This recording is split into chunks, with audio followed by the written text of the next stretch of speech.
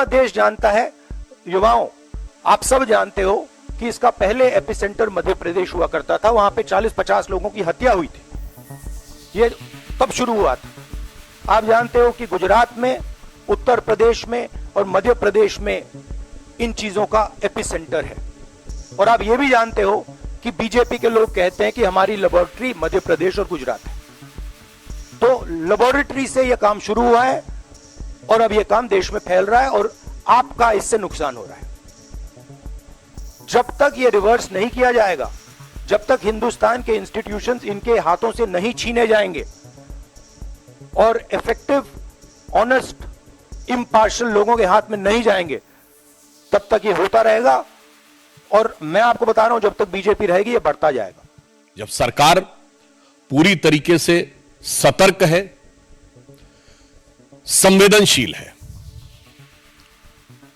सरकार इस विषय को लेकर संकल्पबद्ध है कि लाखों छात्रों के साथ किसी भी प्रकार का अन्याय नहीं होने दिया जाएगा।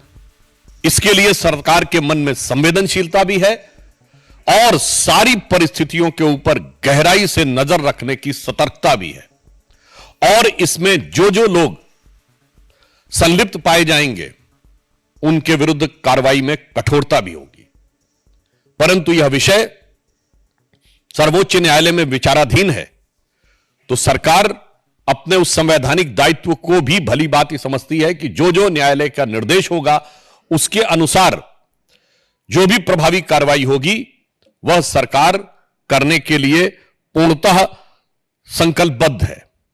परंतु यदि विपक्ष के नेता के रूप में कोई ऐसे लोग, राहुल गांधी जी आकर कहें, जिसे अगर सामान्य शब्द में कहा जाए कि तीसरे अटेम्प्ट में, थर्ड अटेम्प्ट में भी जो थर्ड डिवीजन नहीं पास हो पाए, अर्थात 100 सीटें भी नहीं पा पाए, वो आकर अपने को मेधावी छात्रों का प्रतिनिधि घोषित करने का प्रयास करें और जब यह विषय न्यायालय के विचाराधीन है तो न्यायालय के विवेक से ऊपर अपना विवेक दिखाने का प्रयास करें, तो यह साफ साफ लगता है कि उन्हें लाखों छात्रों के भविष्य के साथ कुछ लेना देना नहीं है। उन्हें सिर्फ इस विषय के ऊपर अपनी राजनीति करनी है। ठीक वैसे ही जैसे राजस्थान में 1.5 दर्जन के लगभग पेपर लीक के मामले हुए थे, श्री राहुल गांधी जी ने एक शब्द उसके बारे में कभी बोला था। और इतना ही नहीं, आप सबको ध्यान होगा, वहां के मुख्यमंत्री जी तो एक बार इस विषय के ऊपर व्यंग और कटाक्ष के लहजे में बोल दिए थे, नहीं मुझे सब कुछ पता लग जाता है, मैं तो जादूगर हूं। इस प्रकार के बयानों के बारे में, असंवेदनशील बयानों के बारे में भी कोई टिप्पणी न करना बहुत दुखद नजर आता है।